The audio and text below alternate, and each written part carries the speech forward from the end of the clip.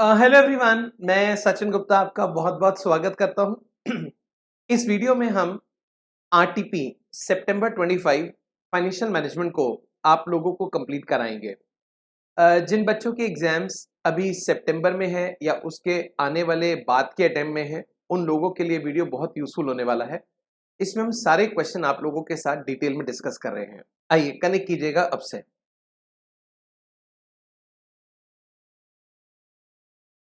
मैंने यहाँ पर ऑलरेडी आरटीपी खोल रखा है। इसमें पहला जो केस सिनेरियो है, ये बहुत बहुत डिफरेंट है। कैपिटल बजटिंग के ऊपर है। मैं आपको बताना चाहता हूं, जिसने भी केस सिनेरियो बनाया है उसने गजब की मेहनत करी है और इस प्रकार से मेहनत करी है कि ये केस सिनेरियो इंटरमीडिएट के लिए अब लगता ही नहीं है, ये सीए फाइनल के लेवल का केस सिनेरियो है। बट क्योंकि आरटीपी में दे दिया गया है तो आप लोगों को करना बहुत जरूरी है, इसकी वजह से हम इसको डिस्कस कर रहे हैं। इसमें एक दो आंसर को देखते हुए कुछ कमियां भी हैं, वो मैं आपको जब हम क्वेश्चन करेंगे अभी तो बता दूंगा कि कहां पे क्या कुछ मिस्टेक नजर आ रही है। आइए पहले केस सिनेरियो पढ़ लेते हैं थोड़ा। Mint technology, a startup in IT infrastructure space, is planning to enter a computer networking market with a specialized offering VPN connectivity solution for enterprises with distributed office network. Company recently won a significant tender from major national bank to set up a secure VPN connection across 100 branches. इनको अभी एक tender के through एक bank से काम मिला है जिसमें 100 ब्रांचेस के अंदर इनको VPN नेटवर्क लगाना है। The leadership team is excited but cautious as this move requires significant upfront investment and ongoing operational capabilities. जो इनकी लीडरशिप टीम है वो थोड़ी सी वरी है, परेशान है, क्योंकि इसमें एक सिग्निफिकेंट इन्वेस्टमेंट और जो इनके रेगुलर काम है उस पर अफेक्ट पड़ सकता है। To evaluate financial viability of this project you have been hired as a consultant, और उस टीम ने हमें एज अ कंसल्टेंट हायर किया है, कुछ इन्फॉर्मेशन दी है और हमसे कुछ सवाल पूछे गए हैं। पहला, they have forecasted their number for 5 years and they have assumed that they will grow at industry average 3% afterwards. आपने फाइनेंशियल मैनेजमेंट में गॉर्डन का फॉर्मूला पढ़ा होगा जिसमें मल्टीपल ग्रोथ होती हैं। शुरू के कुछ साल ग्रोथ परसेंटेज अलग है, फिर कुछ और परसेंटेज है और एक टाइम के बाद ग्रोथ कांस्टेंट हो जाती है। यहाँ पे भी सेम चक्कर है। वो कहता है 5 साल तक का डेटा हम आपको दे रहे हैं, उसके बाद आप मान के चलें जो ग्रोथ है वो कांस्टेंट हो जाएगी 3%। Mint will invest all money for capex from the capital expenditure in the infrastructure equipment. Mint is planning to issue 50 million share in lieu of this amount. वो कहते हैं सारा का सारा पैसा इनका अपना होगा जो ये कैपिटल एक्सपेंडिचर करेंगे इंफ्रास्ट्रक्चर के अंदर और इक्विपमेंट के अंदर। इसके लिए ये अपने शेयर इशू करेंगे 50 मिलियन। अब इससे हमें क्वेश्चन में कोई सिग्निफिकेंस नहीं है शेयर्स का। Mint will have to keep upgrading the infrastructure and equipment to cover different office of various clients. एक बार इंस्टॉल करने के बाद ये उसको अपडेट भी करते रहेंगे। Mint expects an initial investment around 150 million in network access as an initial setup for connecting different office. इनका इनिशियल इन्वेस्टमेंट जो नेटवर्क में होगा वो 150 मिलियन होगा, जिससे डिफरेंट ऑफिस को ये एक दूसरे के साथ कनेक्ट कर सकें। Mint need to invest additional 10 million every year starting from beginning and is expected to grow 10% every year.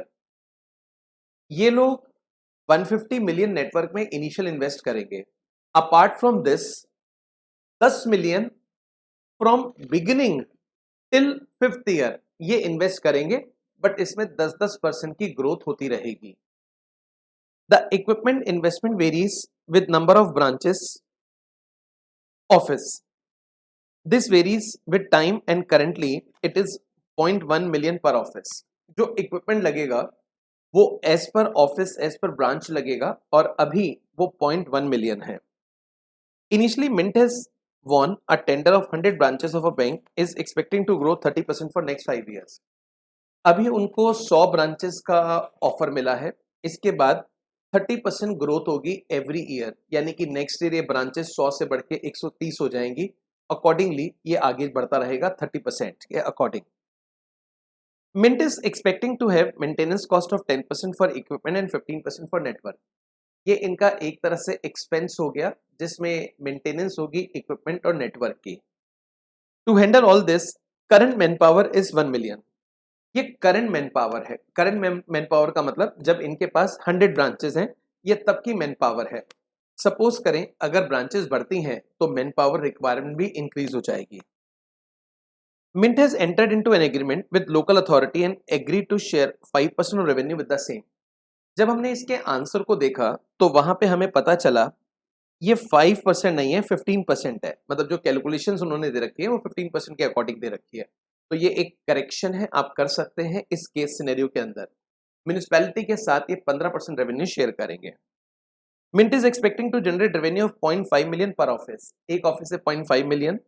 And to remain competitive in this market it is not going to increase with inflation. और क्योंकि competition बहुत रहेगा इसलिए ये revenue को increase नहीं करेंगे। Inflation को मीट करने के लिए रेवेन्यू कांस्टेंट रहेगा for next 5 years. Capital expenditure and operating expense will grow 10% every year. जो इनके ऑपरेटिंग एक्सपेंस है उसमें 10% की ग्रोथ होगी। Tax slab is 30%। Depreciation of equipment network is assume to be 10%। अब डेप्रिसिएशन 10% दे रखा है, ये हम स्ट्रेट लाइन मेथड पे प्रिज्यूम करेंगे। डिस्काउंटिंग रेट 20% है। Assume all expenditure including setup cost from year 1। और जितने भी खर्चे हैं ये ईयर 1 से ही शुरू हो जाएंगे, लाइक सेटअप कॉस्ट। इसके बेसिस पर हमें कुछ एमसीक्यूज दे रखे हैं, उन एमसीक्यूज को हमें आंसर करना है। एमसीक्यू को आंसर करने से पहले हम क्वेश्चन की एक फोटो बनाना चाहेंगे, एक वर्किंग करना चाहेंगे, उसके बेसिस पर हम यहाँ पे आपको आंसर सिखाएंगे। मैं थोड़ी देर के लिए यहाँ पर इस क्वेश्चन को अब छोटा कर रहा हूँ जिससे हमें साथ में लिखने के लिए जगह मिल जाए। ये बहुत बहुत कॉम्प्रिहेंसिव क्वेश्चन है, it is a very very comprehensive problem. आइए शुरू करेंगे इस सवाल को। अब हम यहाँ से पहले हम थोड़ा सा वर्किंग बना लेते हैं। देखिए, ईयर 1 2 3 4 5, ये 5 साल हैं। सबसे पहले हम इनके ब्रांच ऑफिस देखते हैं। क्वेश्चन ने हमें कहा, मैं एक बार आपको वो लाइन फिर से पढ़वा देता हूं। हम लोग आपके साथ हैं इस वाले पॉइंट पे। Initially Mint has won a tender of 100 branches of a bank is expecting to grow 30% for next 5 years.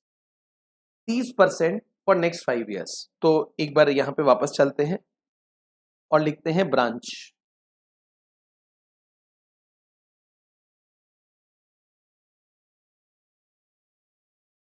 पहले इनके पास 100 ब्रांच है। अब 30% ग्रोथ होगी तो अब हो गया 130। अब 130 का 30% 169 प्लस करने के बाद इसमें 30% ग्रोथ कर दो। अब यहाँ पे आंसर आता है डेसिमल में 219.7। इसको राउंड ऑफ करना पड़ेगा क्योंकि ब्रांच ऑफिस फ्रैक्शन में नहीं हो सकते। रुपीज में तो हो सकती हैं चीजें, फ्रैक्शन में आ जाए, बट ब्रांचेस नहीं आएंगी। तो अब हम इसको 219 पे राउंड ऑफ कर रहे हैं। अब हम निकालेंगे 219 का 30% इंक्रीज, ये आता है 284.7। So we will take at 284। ये हमने आपके साथ पहली वर्किंग एक कर ली है, आपको बता दी है इनके पास ब्रांचेस कितनी होगी। 100 ब्रांच से शुरू करेंगे और 30% ग्रोथ हो रही है। इसके बाद नेटवर्क,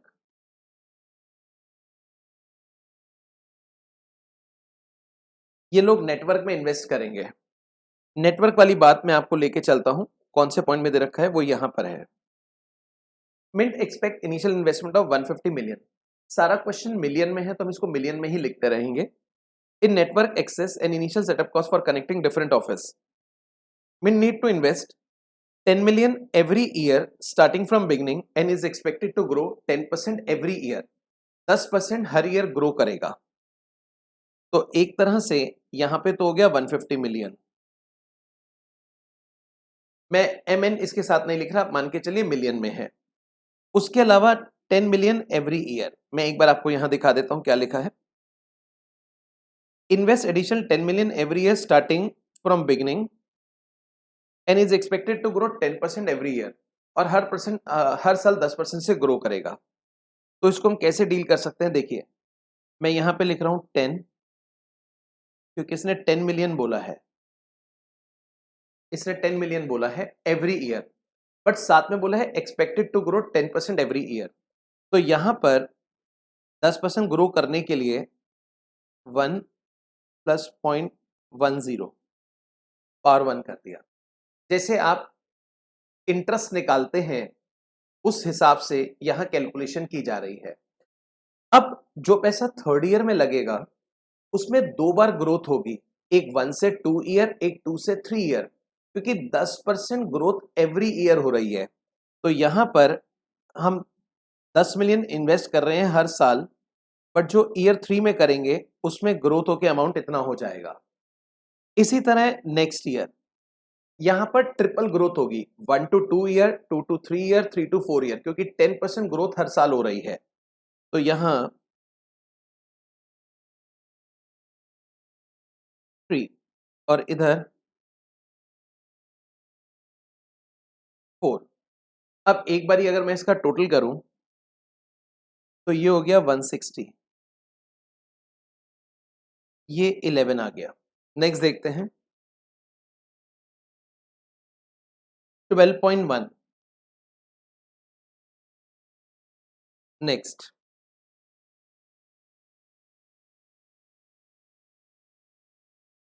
13.31, लास्ट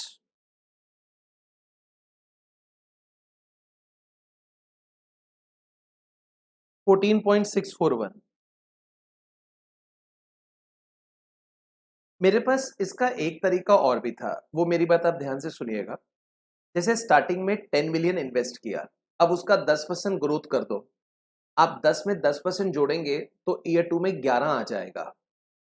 फिर नेक्स्ट ईयर 11 का 10% ग्रोथ कर दें। अगर आप 11 का 10% प्लस करेंगे तो वो 12.1 आ जाएगा। फिर आप 12.1 का 10% और ग्रो कर दें तो वो आ जाएगा 13.31। 13.31 का 10% और ग्रो कर दें तो ये आ जाएगा 14.641। लेकिन ऐसा करने से ये वाली जो लैंग्वेज है इसकी इंपॉर्टेंस खत्म हो जाती है। एडिशनल 10 मिलियन एवरी ईयर, मतलब हमें इसको देख के लगता है कि 10 मिलियन एवरी ईयर इन्वेस्ट होगा, तो यहाँ पे वो कैलकुलेशन में 10 मिलियन का जो रिफ्लेक्शन है वो नहीं आ रहा। तो मैंने क्या किया, हर साल 10 मिलियन इन्वेस्ट कर दिया और महंगाई के हिसाब से उसको 10% इंक्रीज करते चले गए। जब हमने ईयर 2 में लिखा तो 1 to 2 ईयर 10% हो गया।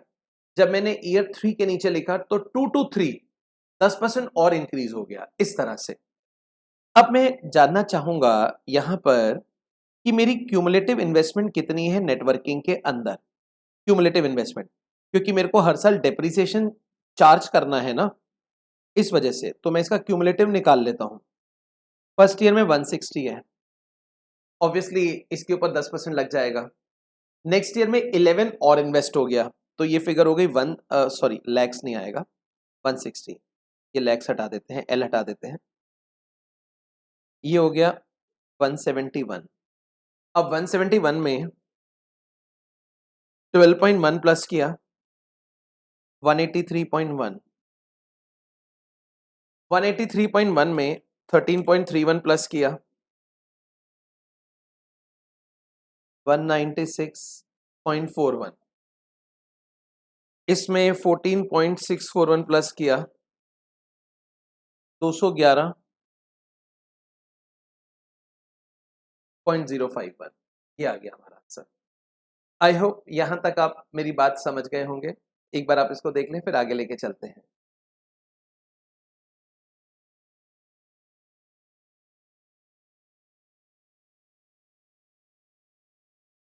अब मैं आपको इक्विपमेंट के बारे में बताऊंगा, हमें इक्विपमेंट कितने चाहिए।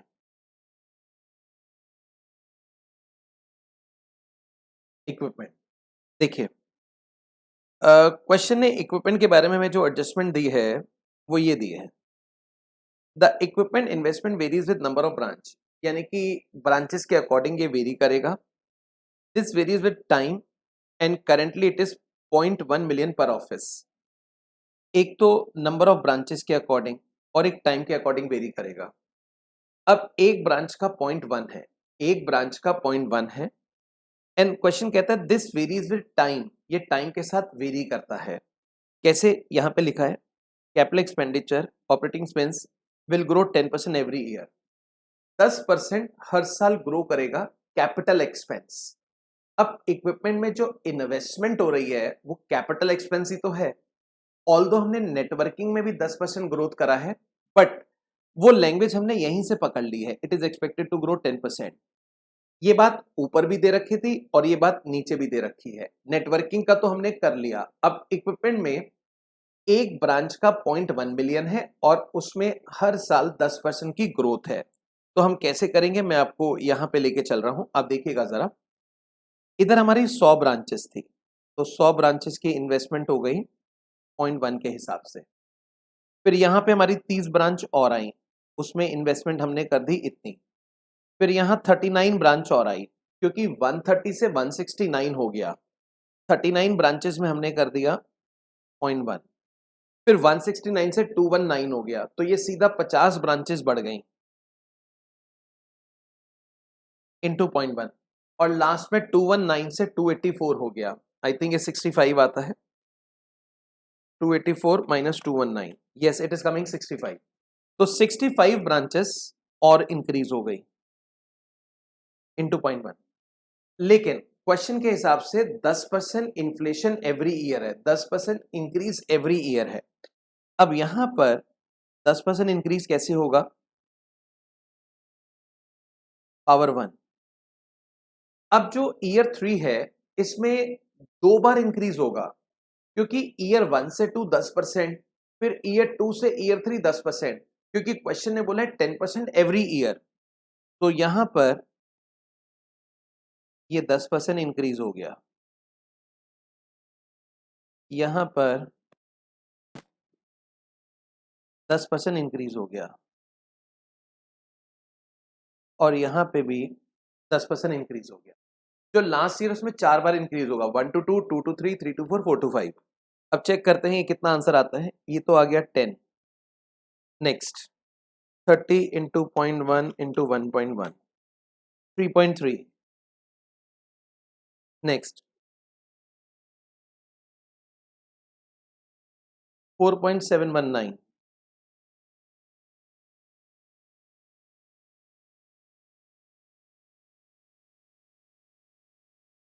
6.655।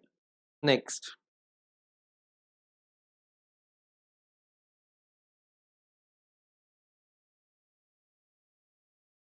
90, नहीं 9.51655।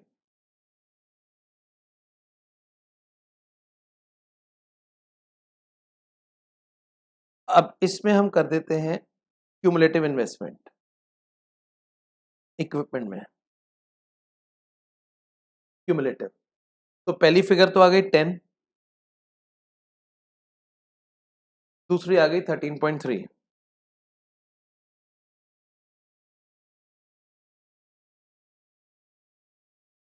18.019, 24.674,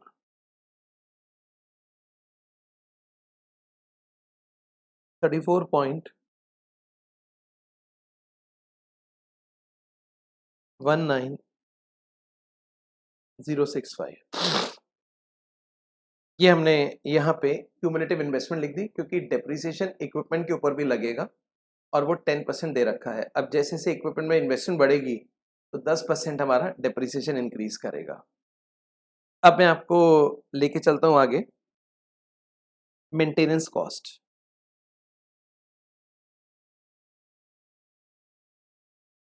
मेंटेनेंस कॉस्ट नेटवर्क की, इक्विपमेंट की, दोनों की कुछ मेंटेनेंस है, वो कितना है वो चेक कर लेते हैं, आइए।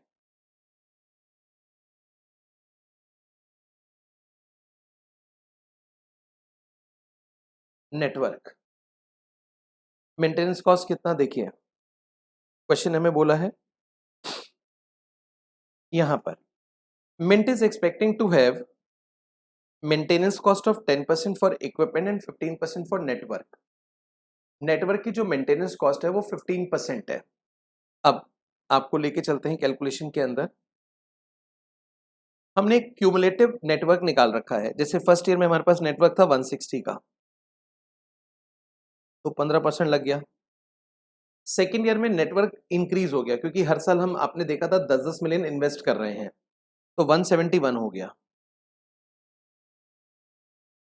इसका 15%, 183.1 का 15%, 196.41 का 15%, 211.051 का 15%। ये हमारा मेंटेनेंस कॉस्ट आएगा। मैं एक बार चेक करता हूँ कितना आंसर आता है। 24। नेक्स्ट 25.65,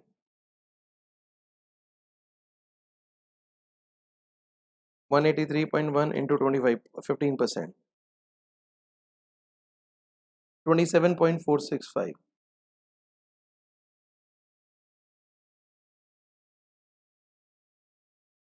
29.4615,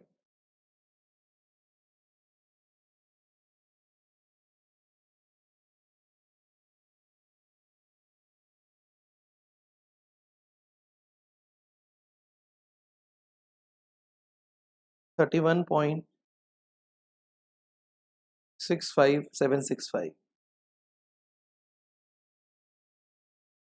ये हमने मेंटेनेंस लिख दिया। अब इक्विपमेंट का लिखते हैं मेंटेनेंस कितना।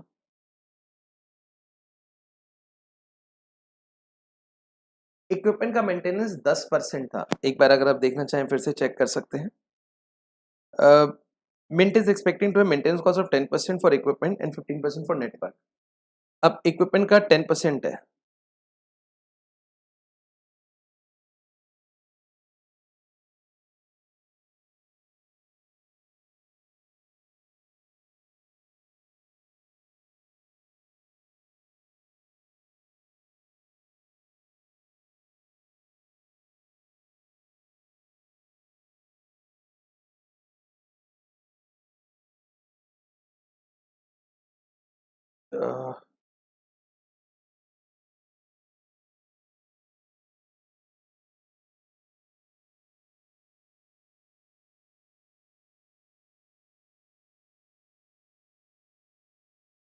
ये थोड़ा सा हिल गया स्क्रीन। आप मेरे को एक मिनट का टाइम दे जरा।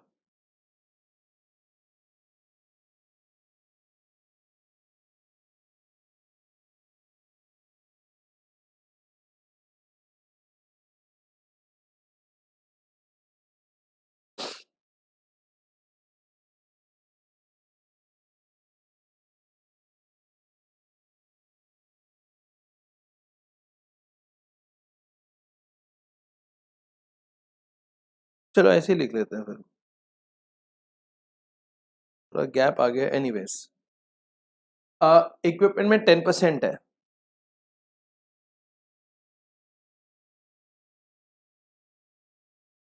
इक्विपमेंट हो गया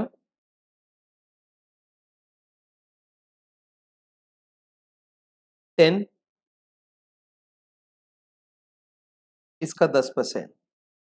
सेकेंड ईयर में 13.3 का 10%, थर्ड में 18.019 का 10%, नेक्स्ट में 24.674 का 10%, और लास्ट में 34.19065 का 10%। ये हमारा मेंटेनेंस कॉस्ट आ जाएगा इक्विपमेंट का। तो ये चेक करते हैं कितना आया। 1, 1.33, 1.8019, 2.4674, 3.419065। ये हमारा इक्विपमेंट का मेंटेनेंस कॉस्ट आ गया। अब मैन पावर को देखते हैं, मैन पावर कितना है वो चेक कर रहे हैं। आइए, क्वेश्चन कहता है to handle all this current man power cost is 1 million. ये हमारी करंट मैन पावर कॉस्ट है जब हमारे 100 ऑफिस हैं। अब मान लीजिए अगर ऑफिस बढ़ेंगे तो मैन पावर कॉस्ट भी बढ़ेगी। ये तो बड़ा प्रैक्टिकल सी बात है क्योंकि करंट कॉस्ट दे रखी है। तो मैं अगर मैन पावर को यहाँ लिखना चाहूँ तो कैसे हम कवर करेंगे, देखिएगा। मैन पावर कॉस्ट अभी एक है। अब ये एक तब है जब 100 ऑफिस है। अगले साल 130 ऑफिस हो जाएंगे तो ये एक बढ़ के 1.3 हो गया। उसके बाद अगर हम देखें तो 169 ऑफिस हो गए तो ये 1.69 हो गया। नेक्स्ट टाइम ऑफिस बढ़कर हो गए 219,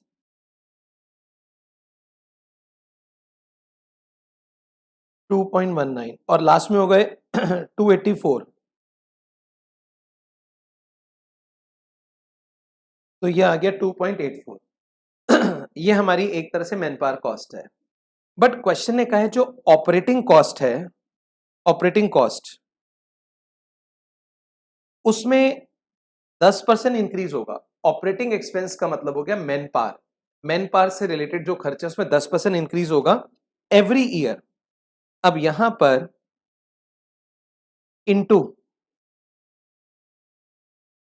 10% इंक्रीज, यहां पर दो बार इंक्रीज होगा क्योंकि 1 to 2, 2 to 3 ईयर्स। दो बार इंक्रीज, तीन बार इंक्रीज और लास्ट ईयर में 4 बार इंक्रीज। अब इसको चेक करते हैं कितना हुआ। पहला तो आ गया 1, नेक्स्ट आएगा 1.43, नेक्स्ट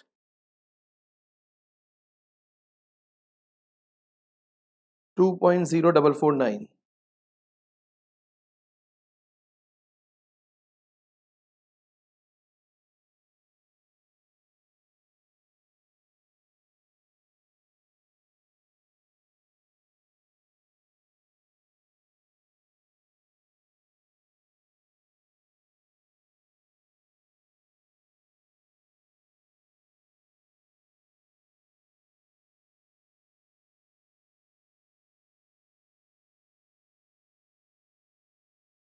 ये हमारा मैन पावर कॉस्ट आ गया।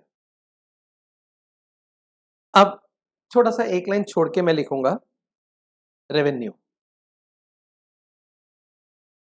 रेवेन्यू हमें आ रहा था 0.5 मिलियन पर ऑफिस। एक बार वो लाइन कहां लिखी आपको दिखा देता हूं। रेवेन्यू से related Mint is expecting to generate revenue of 0.5 million per office and to remain competitive market, it is not going to increase with inflation। ये इन्फ्लेशन के हिसाब से बढ़ेगा नहीं। तो रेवेन्यू हमारा हो गया 100 ऑफिस है इंटू 0.5, 50। यहाँ ऑफिस बढ़ के हो गए 130, 65। यहाँ ऑफिस बढ़कर हो गए हमारे 169, 84.5। यहाँ ऑफिस हो गए हमारे 219 इंटू 0.5, ये आ जाएगा 109.5 और लास्ट में ऑफिस हमारे हो गए हैं 284, 142। अब इसका कुछ कमीशन हम लोकल अथॉरिटी को देंगे, वैसे 5% दे रखा है, बट जब हम सोल्यूशन देखते तो वहाँ कैलकुलेशन 15% से की गई है। ये कुछ प्रिंटिंग एरर रहा होगा, ये इसके ऊपर वाले पॉइंट में दे रखा है। Mint has entered into an agreement with local authority and has agreed to share 15% of the revenue with the same। 15% revenue मैं यहाँ लोकल अथॉरिटीज के ऊपर लिख रहा हूँ, जो लाइन छोड़ी थी लोकल अथॉरिटी। अब ये रेवेन्यू शेयर करेंगे तो कंपनी की कॉस्ट हो गई 50 का 15%, 7.5। फिर 65 का निकालते हैं 15%, 9.75। 84.5 का निकालते हैं 12.75। 675, 109 का 15%, 16.425 और 142 का 15%, 21.3। यहाँ पर हम लोगों ने आपके लिए जो लोकल अथॉरिटी को हम रेवेन्यू दे रहे हैं वो निकाल दिया है। अब आगे चलेंगे। एक डेप्रिसिएशन का हमारा पॉइंट बच गया है, वो हम और कंसिडर कर रहे हैं। डेप्रिसिएशन लिखा है, depreciation of equipment and network is assume to be 10%। Equipment network पे 10% है। अगर हम अभी ऊपर की फिगर्स अपनी लें क्यूमुलेटिव वाली, तो मैं आपको दिखाना चाहूंगा, ये ईयर 1 का 160 है और ये है 10। नेटवर्क है 160 का, इक्विपमेंट है 10 का, तो 170 पे अगर हम 10% निकालें तो ये 17 आता है। मैं इसको डायरेक्टली लिख रहा हूं, 17 इक्विपमेंट और नेटवर्क का डेप्रिसिएशन 17। अब मैं आपको सेकेंड ईयर में लेके चलता हूं, क्यूमुलेटिव फिगर दिखाऊंगा मैं आपको। 171 और 13.3, मैं इसका टोटल कर रहा हूं पहले। 171, 13.3, ये आता है 184.3। 184.3 का अगर 10% निकालेंगे तो 18.43 आएगा, 18.43। अब हम आते हैं सेकेंड ईयर में ऊपर, 183.1 और ये 18.019 है। टोटल चेक करते हैं कितना आया।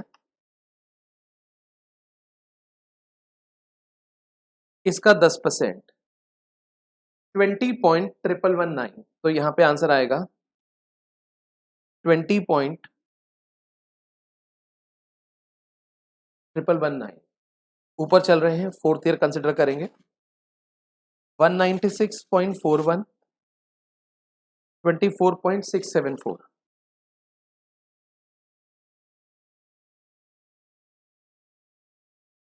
10%, 22.1084, 22.1084।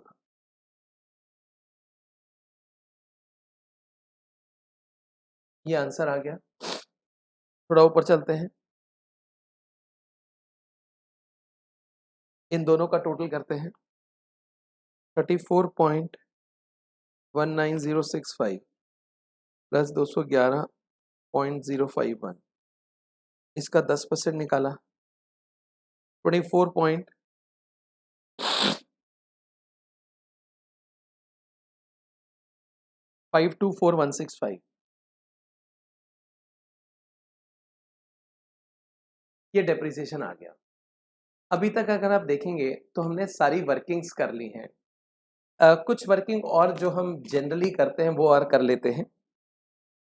यहाँ पे हम निकाल लेते हैं ADBT। ADBT का मतलब होता है cash flow after depreciation before tax. और ये कैसे निकलेगा आप जरा कनेक्ट कीजिएगा। हम रेवेन्यू को बोल देते हैं A, इसमें से सारे खर्चे माइनस कर देते हैं, चाहे वो लोकल अथॉरिटी को दिया हो या डेप्रिसिएशन के नाम का हो या मैन पावर का कॉस्ट हो, इसके अलावा मेंटेनेंस का कॉस्ट हो या नेटवर्किंग का कॉस्ट हो, इन सबको एक बारी माइनस कर देते हैं। तो यहां हम कह सकते हैं A minus B minus C minus D minus E minus F। जो फिगर आएगी उसके ऊपर हम लगा देंगे 30% टैक्स। अब जो आंसर आएगा उसको बोलेंगे ADAT, फिर डेप्रिसिएशन एड बैक कर देंगे। अब जो आंसर आएगा उसको बोलेंगे BDAT, यानी कि कैश फ्लो आफ्टर टैक्सेस। तो कैलकुलेशंस तो वास्ट हैं, बहुत ज़्यादा हैं। Let's try for this. 50%, 50 million revenue है, इसमें से माइनस मैंने किया। अच्छा, कुछ कैलकुलेशन आप अपने लेवल पे चेक करते रहना। 17, फिर 1 माइनस किया, फिर 1 माइनस किया, फिर 24 माइनस किया। मेरा तो माइनस में आ रहा है 0.5। आई डोंट नो, आप चेक कर लेना एक बारी।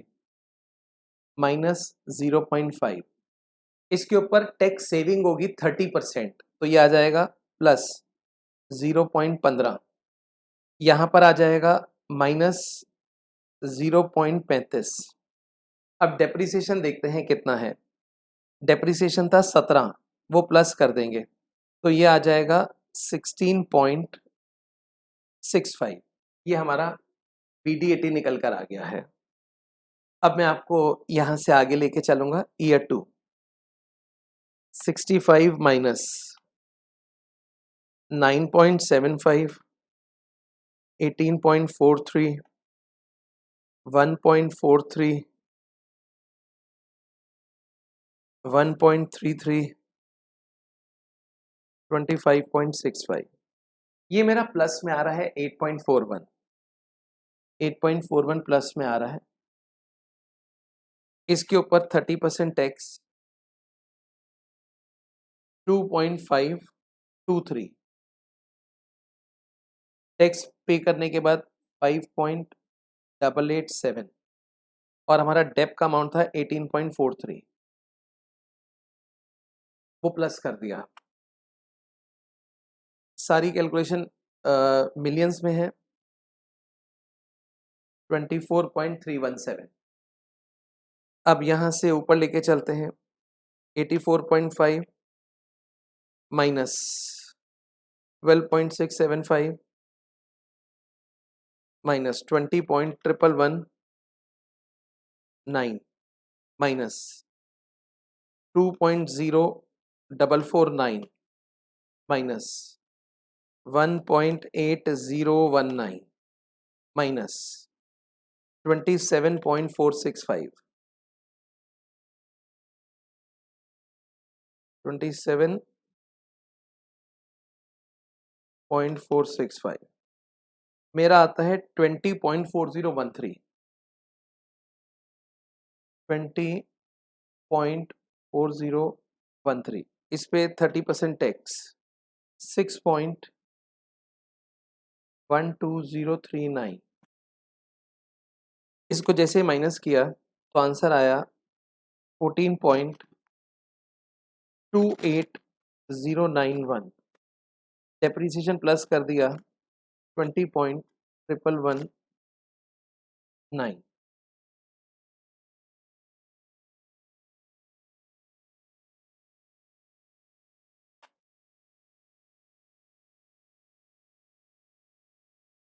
34.39281। आगे देखते हैं नेक्स्ट। 109.5 minus 16.425 minus 22.1084 minus 2.91489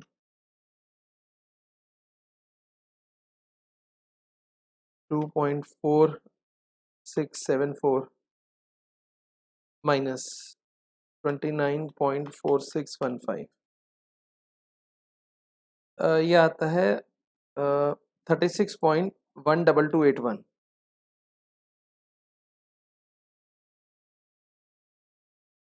36.12281। इस पे 30% टैक्स लगा दिया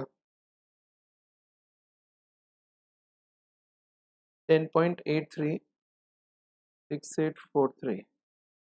टैक्स के बाद आंसर आ गया 25.285967। डेप्रिसिएशन एड बैक किया 22.1084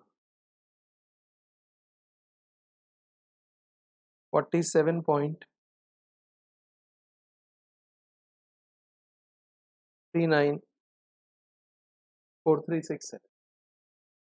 लास्ट 142 माइनस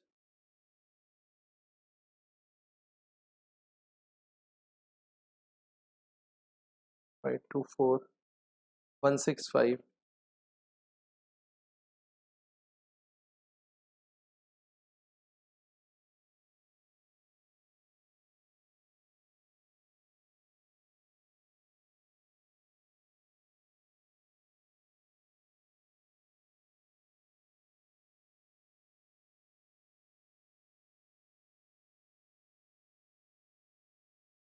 मेरा आ रहा है 56.94 1076 30% टैक्स लग गया 17.08 23228 39.858 7532 डेप्रिसिएशन प्लस किया है 24.524165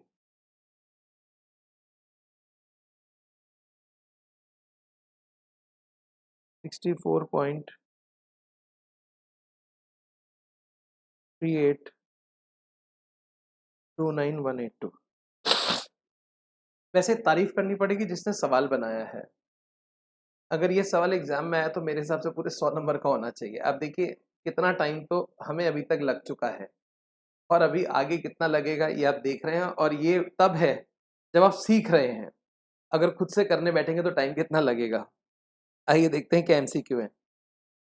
पहला है what is CF80 for year 1 cash flow after taxes. अब यहाँ पे थोड़ा सा हम लोगों को एक चीज ध्यान में देखनी पड़ेगी।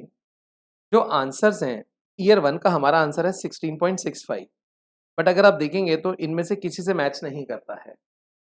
थोड़ा सा इसमें हिट एंड ट्रायल होता है। कैश फ्लो आफ्टर टैक्सेस हमने अभी यहाँ पर ईयर 1 का ये जो 16.65 निकाला है ये एक तरह से अपना प्रॉफिट निकाला है। इसमें से अभी हमने इन्वेस्टमेंट माइनस नहीं करी जो इन्वेस्टमेंट हमने ईयर 1 में करी थी और वो आई थिंक थी 170। मैं अगर आपको चेक कराना चाहूँ तो ऊपर दिखा देता हूँ। इक्विपमेंट के अंदर 10 था और नेटवर्किंग के अंदर 160 था।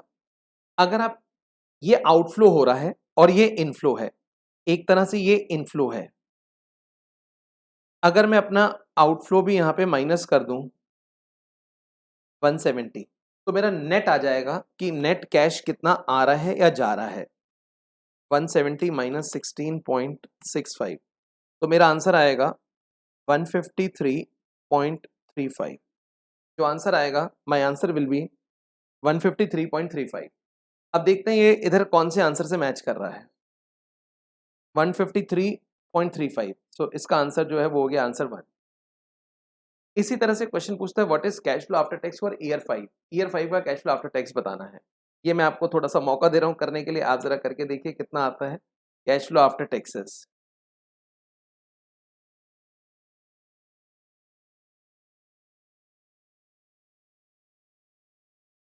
uh, 64.3829192 नहीं 64.3829182 माइनस दो इन्वेस्टमेंट है जो बॉक्स में है। एक तो है 34.19065 दूसरी है 211.051। ये आंसर आता है 180.858। देखते हैं ऐसा कोई आंसर है।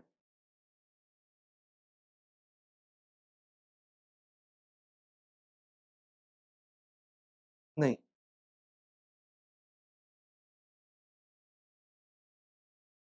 आई थिंक मैंने कुछ मिस्टेक तो नहीं करी। Just give me a time. ओहो याद आ गया 29182। इसमें से हमें माइनस क्या करना है। मैंने एक्चुअली क्यूमुलेटिव इन्वेस्टमेंट माइनस कर दिया। I am sorry. इसमें वही इन्वेस्टमेंट माइनस करेंगे जो ईयर 5 में हो रही है क्योंकि आउटफ्लो जो ईयर 5 में हो रहा है। एक तो आउटफ्लो हो रहा है ईयर 5 में ये वाला और एक आउटफ्लो हो रहा है ईयर 5 में ये वाला। इनफैक्ट ईयर 1 में भी फर्स्ट ईयर का ही लेना था बट क्योंकि क्यूमुलेटिव वहां से सेम था शुरू था तो वो सेम आ रहा था। तो आपको यहाँ पे इन्वेस्टमेंट से लेनी है ईयर 5 वाली माइनस 9.51665 14.641 40 पॉइंट समथिंग आ रहा है। एक बार चेक करते हैं अभी आंसर हमारा पक्का मैच करेगा। Yes it is answer C 40.22। जो मेरा आंसर आया है वो है 40.2252682। ये आंसर है। तो आई होप ये आपको समझ आ गया होगा यहाँ तक। नेक्स्ट, इसके बाद इन्होंने पूछा है calculate the terminal value. Actually जो टर्मिनल वैल्यू होती है वो एक तरह से गॉर्डन के फॉर्मूले से निकालते हैं, गॉर्डन ग्रोथ मॉडल। और वो फॉर्मूला क्या है? Cash flow after tax last year का, उसमें हम ग्रोथ कर देते हैं फॉरएवर जो ग्रोथ हो रही है, divide by K E minus जी। ये हमारा फॉर्मूला है। आप देखिए टर्मिनल वैल्यू हमारी आ रही है 40.2252682। ये हमारा 5th ईयर का नेट कैश इनफ्लो है, 5th ईयर का। इसमें हम लोगों को ग्रोथ होगी फॉर एवर वाली। शुरू में हमने पढ़ा था हमें जो ग्रोथ हो रही है वो 3% होगी 5 साल के बाद। केई क्वेश्चन में केई 20% दे रखा था हमें, 20%। ये डिस्काउंटिंग रेट है 20%। तो 20% इज केई, 20% इज केई माइनस 0.03। यहां से आप अपना आंसर निकाल सकते हैं, कितना आता है देखते हैं। 40.2252682 into 1.03 divided by 0.17, it is coming 243.71। तो इसका आंसर हो गया फर्स्ट वाला, the A part is the answer. Next है what is the total present value of mint technology. आपको प्रेजेंट वैल्यू निकालनी है। प्रेजेंट वैल्यू निकालने के लिए आप यहाँ पर नेट कैश फ्लोज ले सकते हैं। जैसे फर्स्ट ईयर का तो आ गया इतना, अब सेकेंड ईयर का अगर मैं देखूं तो 24.317 माइनस इक्विपमेंट में कितना पैसा जा रहा है वो देखता हूँ, 3.3, और नेटवर्किंग में कितना जा रहा है 11। ये आ गया 10.017 प्लस में 10.017।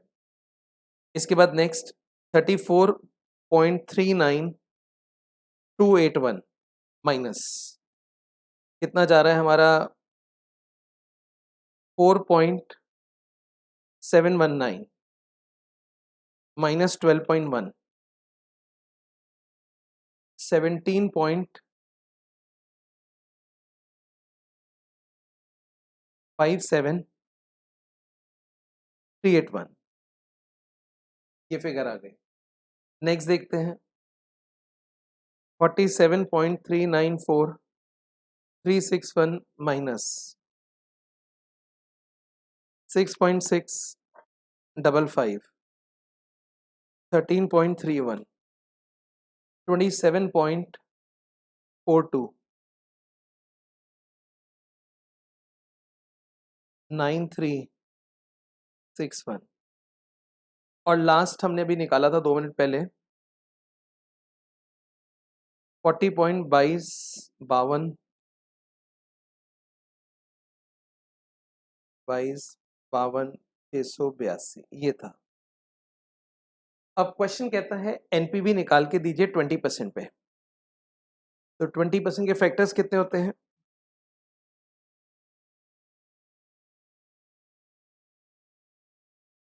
.833, सेकेंड ईयर का 0.694, 0.579,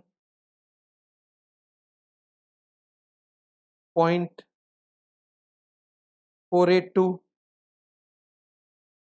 0.402। ये हमारे प्रेजेंट वैल्यू फैक्टर्स हो गए। आप इससे मल्टीप्लाई करके अपना एनपीवी निकाल सकते हैं, और जो एनपीवी आपका आएगा, मेरे को क्योंकि आंसर इसका मैंने पहले कर रखा था 167 पॉइंट समथिंग, ये वाला इसका आंसर आएगा 167। अब लास्ट पार्ट है आईआरआर। देखिए 20% से तो एनपीवी पॉजिटिव आ रही है, फिर आप एक किसी और परसेंटेज से निकाल सकते हैं, लेट से 25 से 30 से निकाल लें। उसके बाद अपना आईआरआर का फॉर्मूला लगा दें, lower rate plus lower rate NPV divide by lower rate NPV minus higher rate NPV into difference in rates. उससे आपका परफेक्ट आंसर आ जाएगा आईआरआर का। वो आंसर आएगा 24.68, अप्रोक्सीमेट, करीब करीब यही आंसर आएगा। आई होप आपको यहाँ तक मेरी बात समझ आ गई होगी। एक बार आप इसको अच्छे से देख लें।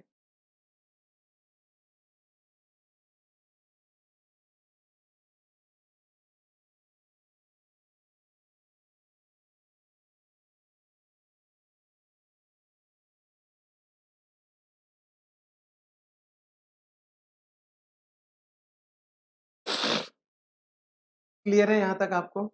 चलो दैट्स ग्रेट। आइए अब आगे चलते हैं। क्वेश्चन नंबर 2, इसमें टोटल 10 क्वेश्चंस हैं, जिसमें अगले 2 क्वेश्चंस तो मैं देख पा रहा हूँ बहुत सिंपल एमसीक्यू टाइप ही दे रखा है। A manufacturing company which is presently growing at a good rate has a financial leverage of 3.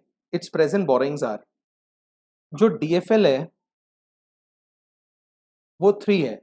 DFL का फॉर्मूला होता है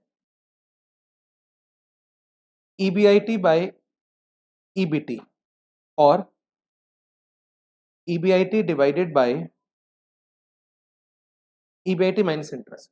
अच्छा, ये जो नोट्स मैं लिख रहा हूँ यहाँ पर, मैं एक काम करूंगा, इसका PDF बनाकर इसका लिंक इस वीडियो के डिस्क्रिप्शन बॉक्स में दे दूंगा। आप लोग वहां से उन नोट्स को डाउनलोड भी कर सकते हैं। अब यहाँ पे इंटरेस्ट निकालते हैं। 60 लाख पे 12% हो गया 7,20,000, 40 लाख पे 10% हो गया 4 लाख, 20 लाख पे 8% हो गया 1,60,000। अगर हम टोटल इंटरेस्ट देखें तो टोटल इंटरेस्ट कितना, 7.2 प्लस 4 प्लस 1.6, 12.8 लैक्स। क्वेश्चन ने इंटरेस्ट कवरेज रेशियो पूछी है। इंटरेस्ट कवरेज रेशियो का फॉर्मूला होता है EBIT divide by annual interest. अब इंटरेस्ट तो 12.8 लैक्स है, यहां से हमें EBIT निकालना है, फिर इंटरेस्ट कवरेज रेशियो आ जाएगा। लीवरेज का फॉर्मूला है EBIT divided by EBIT minus interest. Interest है 12.8 लैक्स इक्वल्स टू 3। अगर आप इस रिलेशन को सॉल्व करते हैं तो यहां से आपका EBIT का आंसर आ जाएगा, जो कि आता है 19.2 लैक्स। आई होप ये आप आराम से कर पाएंगे। 19.2 लैक्स, तो 19.2 को डिवाइड कर दें 12.8 से, it is coming 1.5. So the answer of this is 1.5. Answer is 1.5. इसके बाद है कॉस्ट ऑफ कैपिटल में कुछ पॉइंट्स हमें दे रखे हैं। Consider the below mention statement. A debt equity ratio 2:1 indicates that for every 1 unit of equity the company can raise 2 units of debts। बिल्कुल सही है। डेट्स इक्विटी, पहले डेट से बाद में इक्विटी, डेट्स 2 है इक्विटी 1 है, इसका मतलब डेट्स 2 होगा इक्विटी 1 होगा, तो ये स्टेटमेंट ट्रू है। The cost of floating a debts is greater than cost of floating an equity, ये बात गलत है। इक्विटी के अंदर फ्लोटेशन कॉस्ट ज़्यादा लगती है क्योंकि कंपनी को प्रोस्पेक्टस फाइल करना पड़ता है, इसके अलावा जो इशू एक्सपेंसेस होते हैं, अंडरराइटिंग कमीशन, वो सब देना पड़ता है, तो ये स्टेटमेंट फॉल्स है। इक्विटी के अंदर फ्लोटेशन कॉस्ट रियल लाइफ में ज़्यादा होती है, तो we can say the answer is D. Answer is D.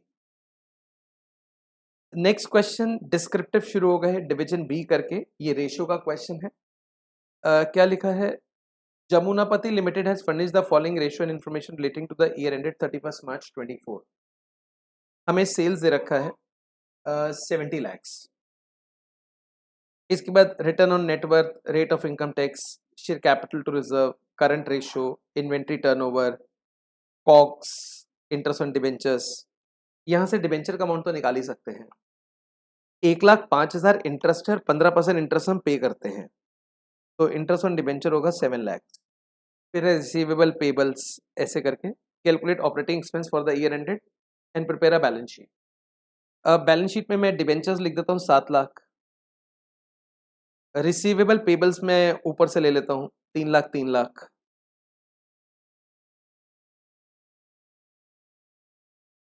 अब बाकी चीज़ें रेशोज दे रखी है, उसके हिसाब से आंसर निकल जाएंगे। सबसे पहले आप देखिए रुपीज़ में कौन सी इंफॉर्मेशन है। रुपीज़ में सेल दे रखा है, एक हमें ऑपरेटिंग एक्सपेंस निकालने हैं, वो ऐसे निकलेंगे देखो, sales minus COGS, GP minus operating expense minus interest, EBT minus tax, और ये आ गया प्रॉफिट आफ्टर टैक्स। अब यहां पर आप देखिएगा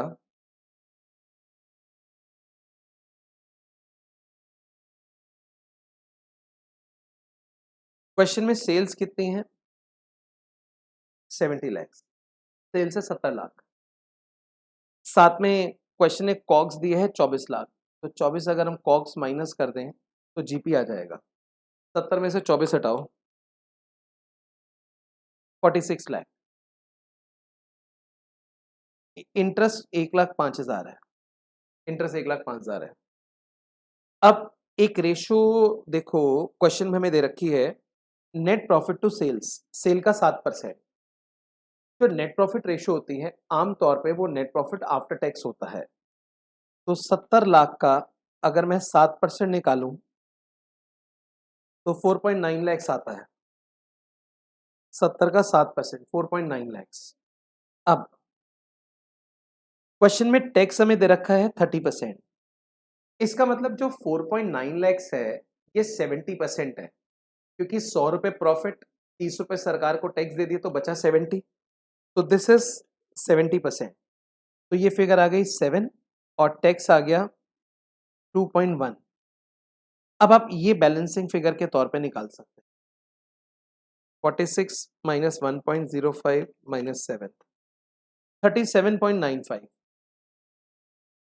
आई होप जो ऑपरेटिंग एक्सपेंस आएंगे वो आएंगे 37.95। ये बैलेंसिंग फिगर आ गई 37.95। क्वेश्चन का फर्स्ट पार्ट तो यही था, अब रेस्ट आगे सॉल्व कर देते हैं। क्वेश्चन कहता है return on net worth. Return on net worth का मतलब होता है profit after tax divide by net worth is equals to 25%। यहां से हमारी नेटवर्थ आ जाएगी। प्रॉफिट आफ्टर टैक्स है 4.9, इसको 25% से डिवाइड किया तो नेटवर्थ आ गई 19.6। और नेटवर्थ को इस रेशो में बांट देंगे 7:3 की रेशो में। नेटवर्थ का मतलब होता है शेयर होल्डर्स फंड।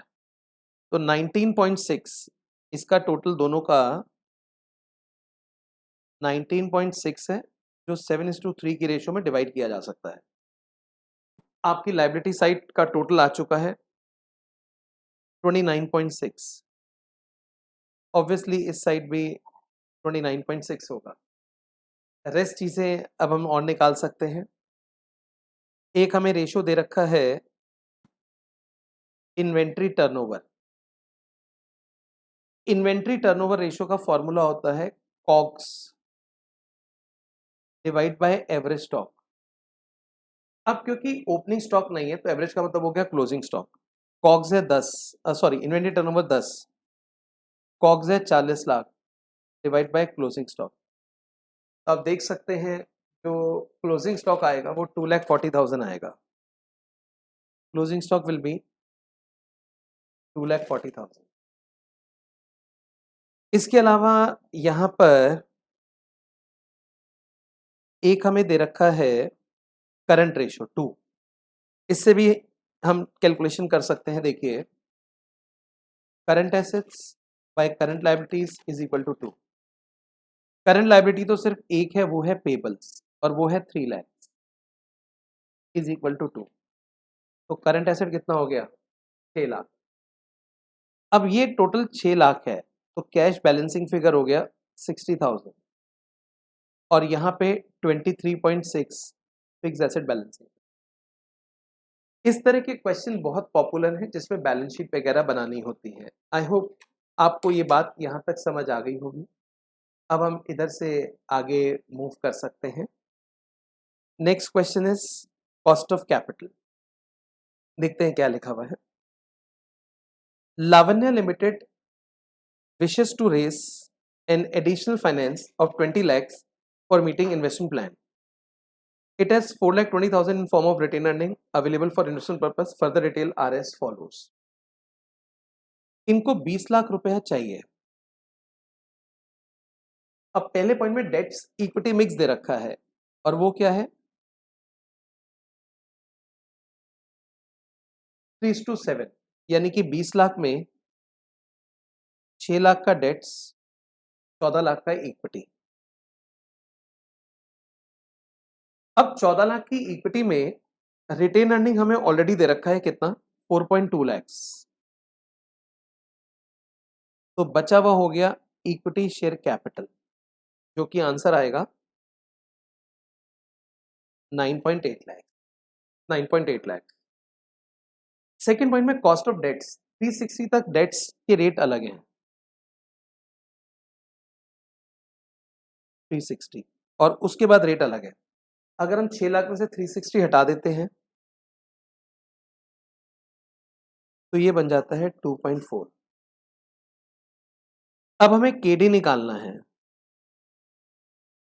इसका रेट 8% है और इसका 12% है, लेकिन ये दोनों रेट बिफोर टैक्स दे रखे हैं। आप यहाँ पे 1 - टी लगा के पोस्ट टैक्स निकाल सकते हैं। क्वेश्चन में टैक्स रेट 30% दे रखा है।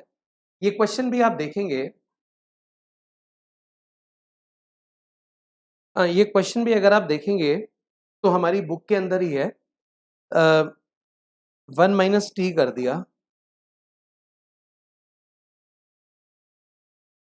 तो ये आ जाएगा 5.6% इफेक्टिव केडी, और ये आ जाएगा 8.4%, 8.4। इसके बाद क्वेश्चन कहता है अर्निंग्स पर शेयर। अर्निंग्स पर शेयर है 5 रुपए, डिविडेंड पे आउट 40%। 5 रुपए का 40% डी यानी कि 2 रुपए आ जाएगा। रिटेन अर्निंग 60% है, rate of return on retain earning 10, ये आर है। जी का एक फॉर्मूला होता है बी इंटू आर। बी का मतलब होता है रिटेंशन रेशो, हम रिटेन कितना करते हैं 60%, उस पे हम कमाते कितना है 10%, तो जो जी हमारा आएगा वो 6% आएगा। अब क्वेश्चन में डी गिवन है 2 रुपए, तो D1 हो जाएगा 2 प्लस ग्रोथ रेट, 2 रुपए 12 पैसे। अब के ही निकाल देंगे, D1 divide by K E, sorry P, D1 divide by P plus G. D1 है 2 रुपए 12 पैसे, प्राइस है 53 और ग्रोथ रेट हो गई 10%, 6%। तो यहां से चेक करते हैं के ई कितना आता है। 2.12 डिवाइड बाय 53 प्लस 0.06, 10%, और रिटेन अर्निंग भी हो गया 10%। Retain earning is also 10%। अब देखिए डेट्स में अगर हम एवरेज निकालें तो डेट्स दो तरह के हैं, एक 3.6 लाख है, एक 2.4 लाख है। एक तरह से टोटल हो गया 6 लाख, वेट्स हो गया 0.6 0.4, यानी कि 3.6 divide by 6 and 2.4 divide by 6, और जो परसेंटेज है वो है 5.6 एंड 8.4। अगर आप वेटेड रेशो निकालते हैं इनका तो कितना आता है वो देख लेते हैं। 5.6 इंटू 0.6, 8.4 इंटू 0.4, 6.72, ये वेटेड रेशो आ गया। अगर आपको केओ निकालना है तो आप कह सकते हैं debts equity retain earning. Debt से है 6 लाख, इक्विटी से है 9.8 लैक्स, रिटेन अर्निंग से है 4.2 लैक्स।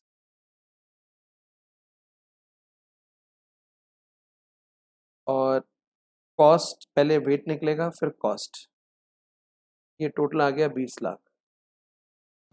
इसका कॉस्ट है 6.72, इसका 10 और लास्ट वाले का भी 10। अकॉर्डिंगली W इंटू के करके KO निकाल सकते हैं। तो ये सिंपल क्वेश्चन था, इसके 4 पार्ट्स हैं, मैं आपको चारों एक बार दिखा देता हूँ। First, determine the pattern of raising additional finance, जो हमने शुरू में पैटर्न बताया था। 20 लाख रुपए में 6 लाख हमारे डिबेंचर से आएंगे, 14 लाख इक्विटी, फिर डिबेंचर के 2 भाग, इक्विटी के 2 भाग। Determine post tax average cost of additional debts, जो 6.72% आया है। Determine cost of retain earning, cost of equity जो 10% आया है। Compute overall weighted average cost of capital of additional finance, मैंने आपको फॉर्मेट दे दिया, आप इनटू करके निकाल सकते हैं। नेक्स्ट जो क्वेश्चन है वो कैपिटल स्ट्रक्चर से रिलेटेड है। 6 नंबर देखते हैं क्या लिखा है। ABC limited is planning to raise 50 lakhs for a major expansion project. Firm is evaluating 3 financing option. 50 lakh रुपए इनको रेज करने हैं और देखा जाए तो इनके पास 3 ऑप्शन है। फर्स्ट जो पहली ऑप्शन है is equity only, issuing new share of 10 each, issue price 10 but flotation cost per share 0.5, existing share 10 lakh, market price 20। बाजार में शेयर 20 रुपए का बिक रहा है, तो इस क्वेश्चन में जब हम शेयर इशू करेंगे तो मार्केट प्राइस के अकॉर्डिंग करेंगे। लेकिन यहाँ पे एक नई चीज दे रखी है, उसने इशू प्राइस 10 बोला है। इसका मतलब हम मार्केट प्राइस की बजाय जो क्वेश्चन में प्राइस है उसी पे इशू करेंगे, ये लोग प्रीमियम पे नहीं दे रहे हैं। अब फ्लोटेशन कॉस्ट है 50 पैसे, यहाँ पे नंबर ऑफ शेयर्स नहीं दे रखे। क्वेश्चन कहता है मेरे को 50 लाख रुपए चाहिए।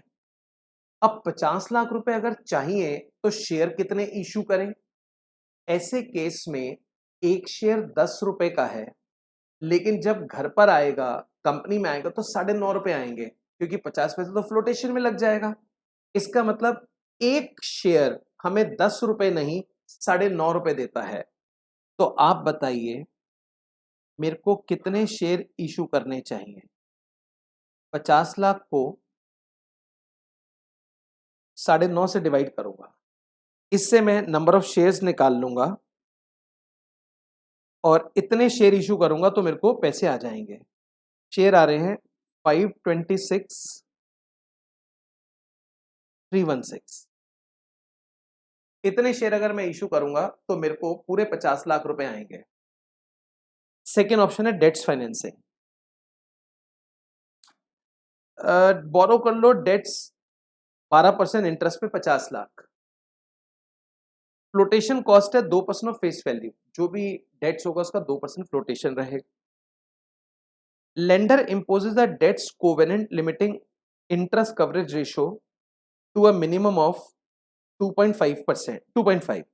इसको थोड़ा मैं आगे रुक के बताता हूं, एक तरह से अभी थोड़ा डिस्कस कर लेते हैं। जो लोग हमारे डेट्स खरीदेंगे उन्होंने एक कोवेनेंट लगाया है। कोवेनेंट का मतलब होता है क्लॉज इन द एग्रीमेंट। वो ये कहते हैं हम आपके डिबेंचर्स तब खरीदेंगे जब आप अपना इंटरेस्ट कवरेज रेशो मिनिमम इतना रखेंगे। यानी कि वो ये नहीं चाहते कि इंटरेस्ट कवरेज रेशो इससे कम हो। अगर इससे कम होगा तो इससे डिबेंचर वालों को अपने इंटरेस्ट का डाउट हो जाएगा। अब 2.5 का मतलब होता है जितना इंटरेस्ट है उसका 2.5 गुना कंपनी कमाती है। तो वो कहते हैं आप हमेशा इतना पैसा रेस करें कि आपका जो इंटरेस्ट है वो कमाई का एक तरह से, मतलब जो इंटरेस्ट है उससे 2.5 गुना आपकी कमाई हो, इससे कम नहीं होना चाहिए।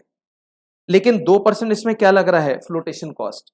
तो देखा जाए तो 50 लाख रुपए 98% है, तो हमें जो डिबेंचर इशू करने पड़ेंगे वो डिबेंचर हम इशू करेंगे 51,02,040 के या 041 के, इतने रुपए के डिबेंचर इशू करेंगे। थर्ड है mix of equity and debts. Raise 25 lakh through equity, flotation cost same दे रखा है, through debts flotation cost same. इसमें बेसिकली दोनों को मिक्स कर दिया गया है।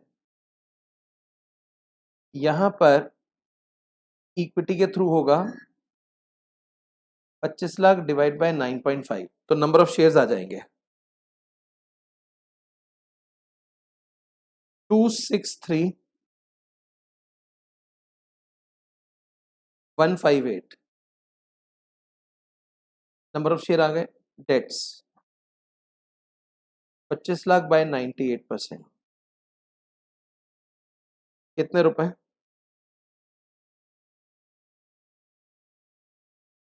25,51,58 020 कितने रुपए के डेट्स हो गए हमारे। अब एडिशनल इंफॉर्मेशन, आप पैसा कैसे भी रेज करो, जो हम ईबीआईटी कमाएंगे वो 15 लाख कमाएंगे।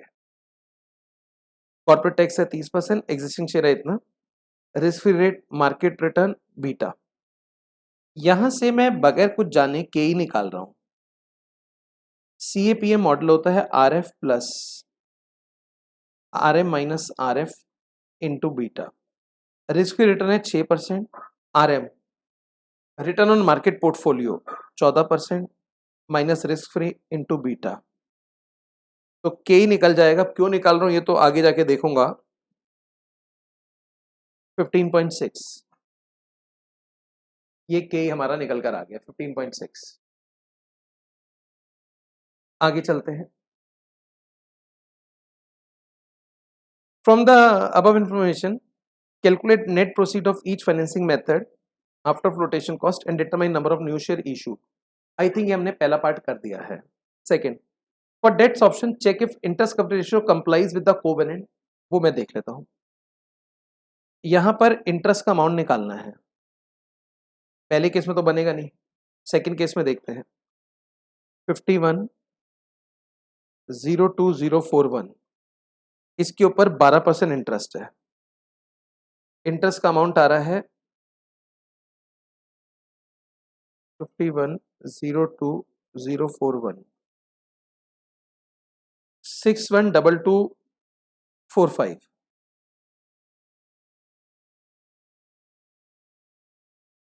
और सेकेंड केस में इसका हाफ हो जाएगा,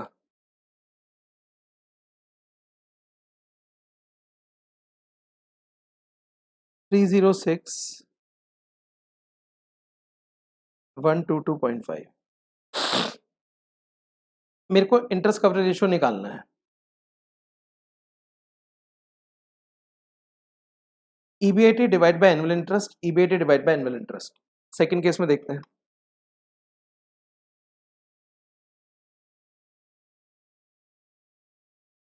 2.44 या 2.45, और सेकेंड केस में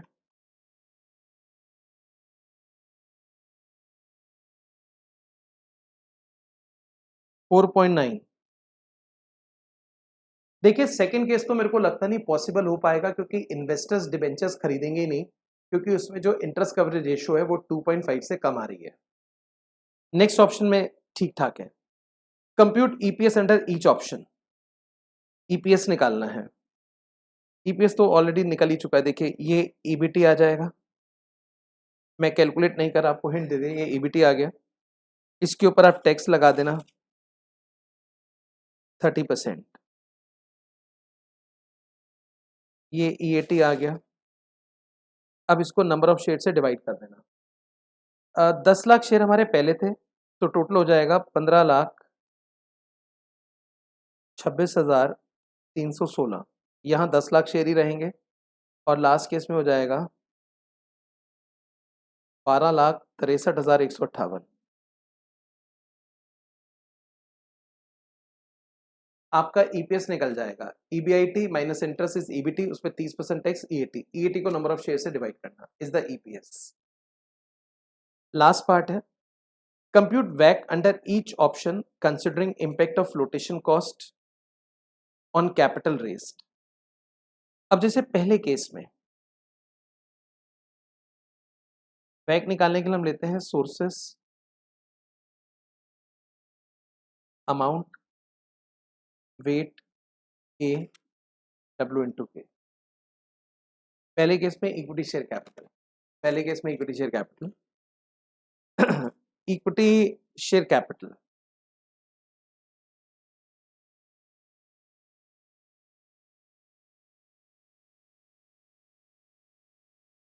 इसमें हमने जो शेयर इशू करे हैं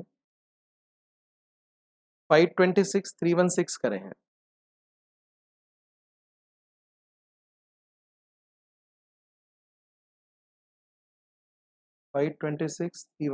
और एक शेयर 10 रुपए का है, 52,63,160। वेट हो गया 1, के ये 15.6, 1 इंटू 15.6। ये आंसर आ गया। सेकंड केस थोड़ा सा हमारा यहाँ व्यू अलग है, इनफैक्ट थर्ड केस में, not in second case. Sources, debts, amount, debenture के थ्रू हमने जो रेस किया है वो 5102 041 किया है, 5102 041, वेट में 1 आ गया, कॉस्ट 12% पे अगर आप 30% टैक्स हटा दें, पोस्ट टैक्स, तो ये 8.4 आता है, W इंटू के 8.4। लेकिन जो थर्ड पार्ट है उसका आंसर हमारा जो आरटीपी में आंसर है उससे स्लाइटली डिफरेंट है। कैसे डिफरेंट है मैं आपको यहां बताना चाहूंगा। देखिए, जो मेरे को ठीक लगता है वो ये है, sources, equity share capital, debentures, amount 263,158 into 10 और डिबेंचर्स हैं 25,51,020, टोटल वेट के डब्ल्यू इंटू के, इसका 12 है, इसका 15.6 और 8.4। एक्चुअली मैंने जब आरटीपी का आंसर देखा तो इन्होंने यहाँ पर 25 लाख रुपए लिए हैं। एक तरह से फ्लोटेशन कॉस्ट माइनस करने के बाद, और डिबेंचर को उन्होंने ग्रॉस लिया है, तो मेरे को ये चीज ठीक नहीं लगी। हम यहाँ पर जितने शेयर इशू कर रहे हैं हम वो कंसिडर करेंगे, और एक शेयर 10 रुपए का है, और ये फिगर जो आई ये आफ्टर फ्लोटेशन कॉस्ट आई है, फ्लोटेशन कॉस्ट को कंसिडर करने के बाद। So this seems to be perfect answer, ये मेरे को ऐसा लगता है ये परफेक्ट आंसर है। अब आप यहां से वेट निकाल सकते हैं कि आपको दे रखा है W इंटू के is the your answer. Next, leverage. थोड़ा सा फोटो बनाएंगे क्वेश्चन का। X Limited and Y Limited are two mid-sized company operating in same competitive industry. Both companies have recently undergone a financial performance review to assess their operational efficiency, cost structure, and overall financial risk. You, as a financial analyst, have been provided with the selective financial indicators that are required to draw insight and comparisons based on leverage analysis and income tax reconstructions. Management of X Limited has disclosed that company is currently operating with a margin of safety of 0.1677. X or Y? Margin of safety 0.1667. In contrast, Y Limited has a margin of safety that is twice as high as that of X. Twice. तो इसका margin of safety देगा 0.333. Both the companies maintain a financial leverage of 3.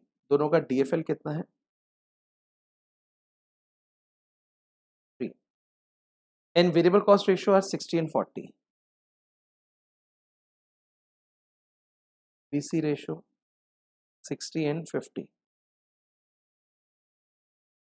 In terms of financing cost, X Limited incur an annual interest expense of 30,000. Interest 30,000. Interest is 30,000. Next, Y Limited, however, incur an interest cost that is 300% higher than X. इसका 300% higher है, 300% नहीं है, 300% higher है। 30,000 का 300% होता है 90,000, तो 90,000 से ज्यादा है, तो ये हो गया 1,20,000। Both the companies are subject to corporate tax of 30%। Tax है 30%। Prepare income statement for both the companies, identify which company is better place. Income statement बनानी है। मैं आपको एक कंपनी का कंप्लीट करा देता हूं, फिर दूसरा आप अपने आप कर सकते हैं। देखिए, डॉल यानी कि ड्यूएल, इसका फॉर्मूला होता है 1/MOS। अब MOS दे रखा है 0.1667, 1 डिवाइड बाय दिस, तो डॉल आ जाएगा 6 और यहां आ जाएगा 3। वेरिएबल कॉस्ट रेशियो से आप पीवी रेशियो निकाल सकते हैं। अगर 60% है तो 40 हो गया, और 50 है तो 50 ही रहा। अब आप बाकी कैलकुलेशंस कर सकते हैं। कैसे? एक इनकम स्टेटमेंट बनानी है आपको।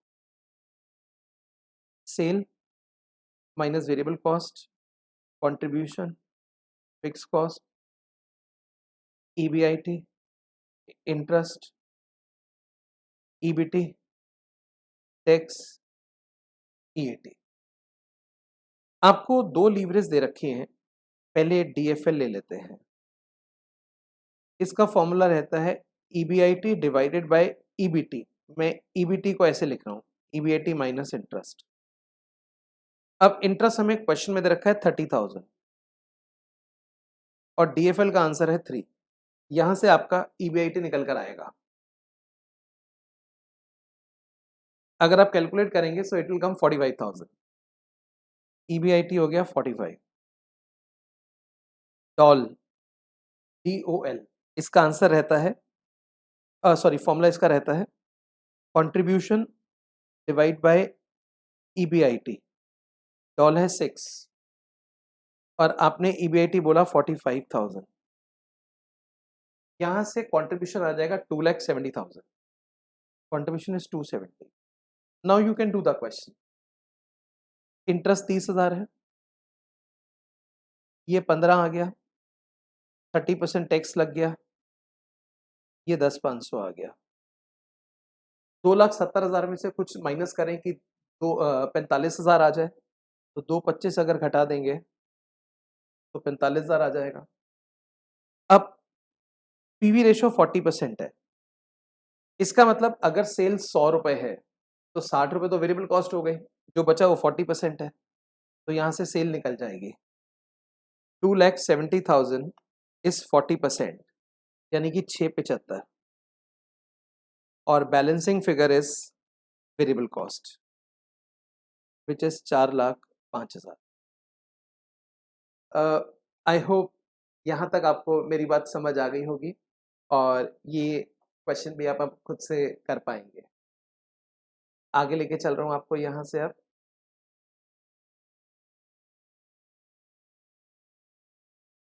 क्वेश्चन नंबर 8, ये डिविडेंड के ऊपर है, छोटा क्वेश्चन बट इसमें एक बहुत खतरनाक पॉइंट है।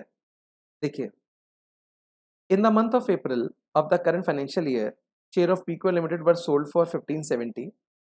A long-term earning growth of 8% is anticipated and paid a dividend of 25 per share. Calculate rate of return investor can expect to earn assuming dividend are expected to grow along with earnings of 8% per year in perpetuity. अगर 8% growth होती है तो हमें rate of return निकालना है विच investor can expect. अब देखिए, इसका फॉर्मूला रहता है D1 divide by P plus G। ये KE का फॉर्मूला है, गॉर्डन ग्रोथ मॉडल इसके अंदर लग रहा है। ग्रोथ क्योंकि कांस्टेंट है 8%। अब 25 रुपए लिखा है, पीकर पेड डिविडेंड 25, यानी कि ऑलरेडी पे हो चुका है, तो 25 रुपए में 8% ग्रोथ कर दो डिवाइडेड बाय 1570 प्लस 8% ग्रोथ। यहां से चेक करते हैं आंसर कितना आता है।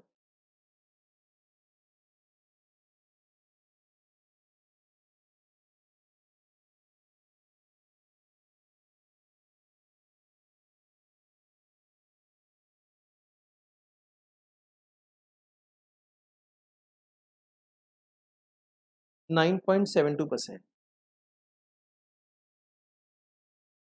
ये फर्स्ट पार्ट का आंसर है। आगे देखते हैं। It is anticipated that PQR will earn 10% of retained earnings and shall retain 60% of earnings. In this case, state whether there would be any change in growth rate and cost of equity. देखिए,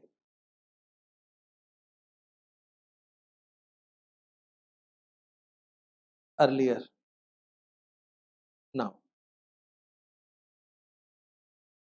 वो कहते हैं 10% retain earning पे कमा रहे हैं, यानी कि आर। हम ये प्रिज्यूम करेंगे पहले भी 10% ही कमा रहे थे, 8-10%। पहले ग्रोथ कितना था?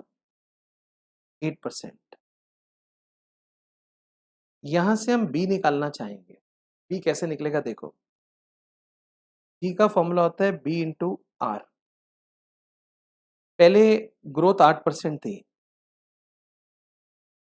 बी पता नहीं, और आर था 10%। इसका मतलब पहले जो बी था वो 80% था, यानी कि रिटेंशन रेशियो 80% था, क्योंकि हमारा फॉर्मूला जी का होता है बी इंटू आर। हमने ये प्रिज्यूम करा है कि rate of return on retain earning same है, और ये एक अजम्पशन भी होता है कि आर कांस्टेंट रहता है। आर कांस्टेंट होता है 10%। अब लास्ट टाइम अगर ग्रोथ 8% थी तो रिटेंशन रेशियो हो गई 80%। इसका मतलब पे आउट कितना हो गया? पे आउट हो गया 20%। अब क्वेश्चन कहता है and shall retain 60% of earning. इस बार वो 60% रिटेन करेंगे, यानी कि इस बार जो रिटेन करेंगे वो 60% करेंगे। अब जब 60% रिटेन करेंगे तो ऑब्वियसली हमारा जी बदल जाएगा, बी इंटू आर। 60% इंटू 10% तो ये हो जाएगा 6%। ये 6% हो गया। अब पे आउट यहां 40% हो जाएगा। लास्ट ईयर हमारा जो डिविडेंड था वो 25 रुपए था, 25 रुपए पे किया था। अब आप सोचिए जितना हम कमाते हैं उसका 20% पे करते हैं, तो अर्निंग्स कितनी होगी? लास्ट टाइम हमारी अर्निंग्स 25 रुपए अगर हम पे कर रहे हैं तो अर्निंग्स कितनी होगी? 25 डिवाइड बाय 20%, 125 रुपए। तो लास्ट ईयर हमारा ईपीएस रहा होगा 25/20%, 125। इस बार हम 125 का 40% पे करेंगे, यानी कि 50। अब हमें के निकालना है। जब मैंने इनका आंसर देखा तो इन्होंने थोड़ा सा डिफरेंट के निकाला है, मैं आपको बताता हूँ।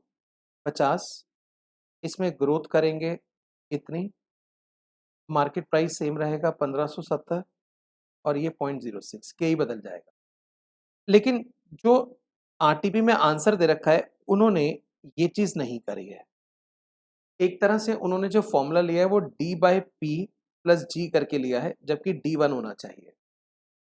तो यहाँ पर आप इसको करेक्ट कर सकते हैं, यू मस्ट टेक D1। वैसे डी में गलत नहीं होगा, क्योंकि हमने आपको बताया था गॉर्डन के दो फॉर्मूले होते हैं। एक उसने बाद में रिस्क और अनसर्टेनिटी को जब अपनी थ्योरी में इंक्लूड किया, जहां पे हमने आपको बताया था बर्ड इन हैंड थ्योरी, तो वहां पे उसने डिविडेंड को D1 कर दिया था। उसके पहले वो डी ही चल रहा था। तो आप D1 से करें, मेरे को लगता है वो ज्यादा अप्रोप्रिएट। अब देखा जाए तो प्रैक्टिकल लास्ट क्वेश्चन है, उसके बाद तो कुछ थ्योरी के ही पॉइंट्स बच रहे होंगे। आइए, ये फैक्टरिंग का क्वेश्चन है। It is a small question. क्या लिखा है देखते हैं। A firm has a total sale of 200 lakh. मैं थोड़ी फोटो बना लेता हूं क्वेश्चन की। सेल कितनी है? 200 लाख, ऑफ विच 80% क्रेडिट। तो क्रेडिट सेल है इसका 80%, यानी कि 160 lakh. It is offering a credit term of 2/40 net 120। ये टर्म है। हम आपको 120 दिन का उधार दे रहे हैं, लेकिन अगर आप 40 दिन में पे करें तो 2% discount. 50% of customer avail discount and balance page in 120 days. इसका मतलब 50% कस्टमर 40 दिन में दे देते हैं, और बाकी के 50% कस्टमर 120 दिन में देते हैं। तो यहां से हमारा जो एवरेज कलेक्शन पीरियड आएगा वो 80 डेज आ जाएगा। आधे कस्टमर 40 दिन में दे रहे हैं और आधे कस्टमर 120 दिन में दे रहे हैं। अगर आप वेटेड मीन निकालेंगे तो यहाँ पे वो वेटेड मीन जो आएगा वो 80 डेज आ जाएगा।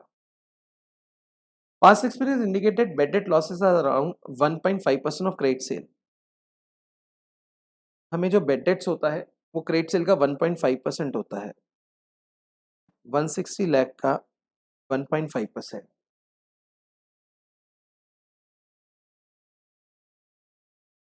2.4। The firm spend 2,40,000 to administer credit sale admin expense 2.4, total हमारा लगता है 4,80,000 रुपया।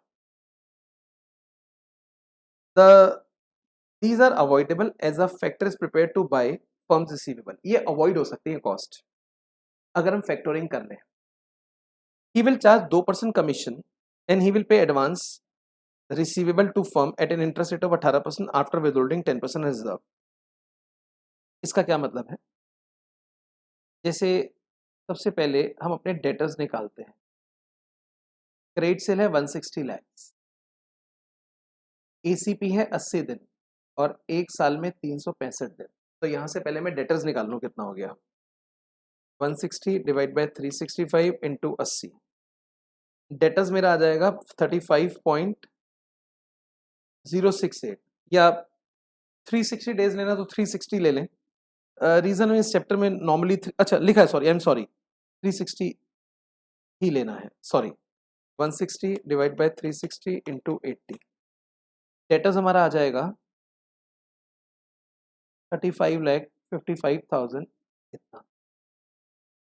अब जो फैक्टर है वो कहता है जी मैं कमीशन लूंगा 2%, तो कमीशन कितना हो गया 2%, 71,111। अब वो क्या करेगा, जो हमारा डेटर है उसमें से 10% रिजर्व रखेगा, रेस्ट फाइनेंस करेगा।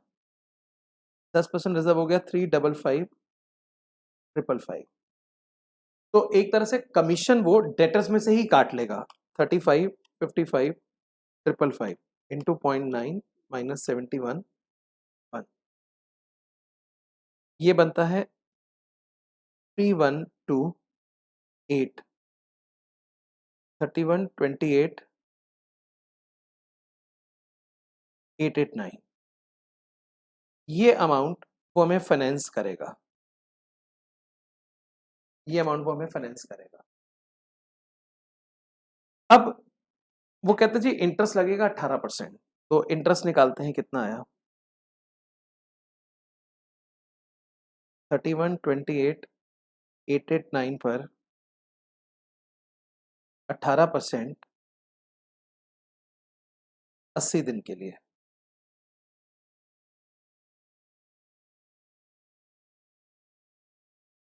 इंटू 18,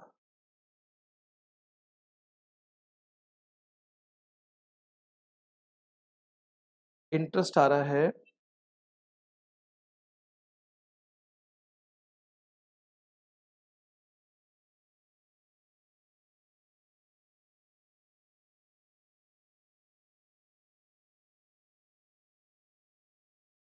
125,155। तो एक तरह से जो हमें नेट फंडिंग होगी 31,28,889 माइनस इंटरेस्ट 125,165।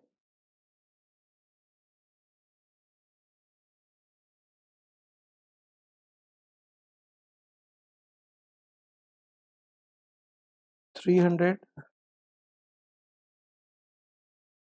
3,733, ये नेट फंडिंग होगी। एक तरह से जो डेटर्स है पहले उसका 2% कमीशन निकाल लिया, उसके बाद 10% वो विदहोल्ड करेगा, वो दोनों इसमें से काटेगा, और जो इंटरेस्ट है वो फाइनेंस अमाउंट पे 18% निकलेगा, वो भी इसमें से काट लेगा। अब फैक्टोरिंग की जो कॉस्ट हमें पड़ रही है वो इतनी पड़ रही है। फैक्टोरिंग की जो कॉस्ट है, फैक्टोरिंग की कॉस्ट कितनी है, इंटरेस्ट है ये प्लस 125,155, ये 80 दिन की है, तो 360 दिन की कितने,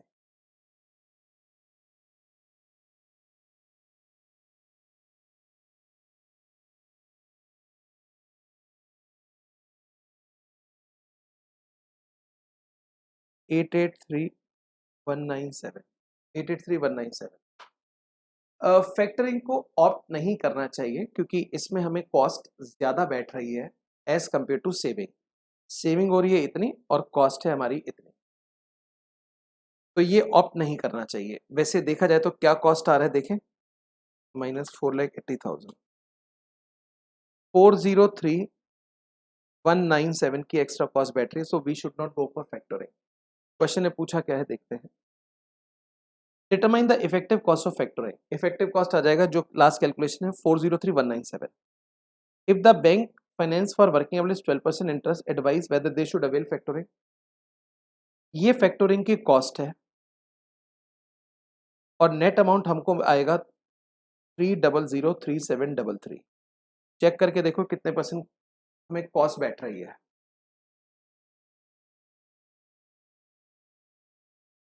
13.42%। फैक्टरिंग सर्विस हमें अवेल नहीं करनी चाहिए क्योंकि ओवरड्राफ्ट का कॉस्ट 12% है और यहाँ 13.43 आ रहा है। अब लास्ट एक थ्योरी का क्वेश्चन है, इसको आप देख लीजिए। इसमें मेरे को लगता नहीं कोई ज़्यादा पॉइंट होगा। Complete the list of features given below and identify each one of them with most relevant sources of funds. It is most expensive source of funds. Equity is the most expensive क्योंकि इसमें बहुत ज़्यादा flotation underwriting commission लगता है। It entails high degree of risk since they have to be repaid as per terms of agreement. Debentures, कमाई ना भी हो इंटरेस्ट सब भी देना पड़ेगा। It support business in routine activity, bank finance, overdraft भी हो सकता है।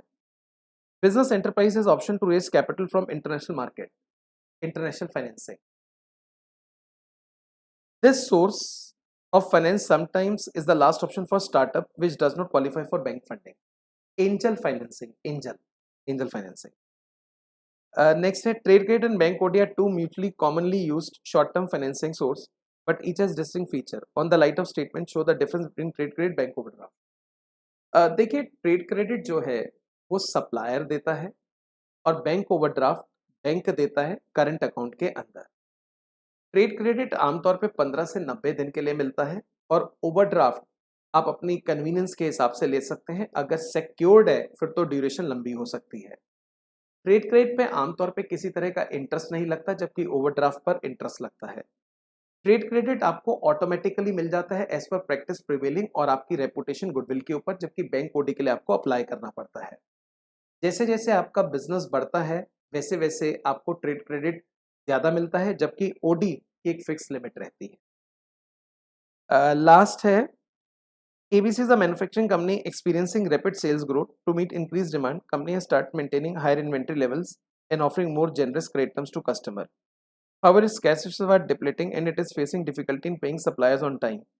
As a financial analyst, apply your understanding of the scope of working capital management to analyze trade-off companies making between different components. Inventory.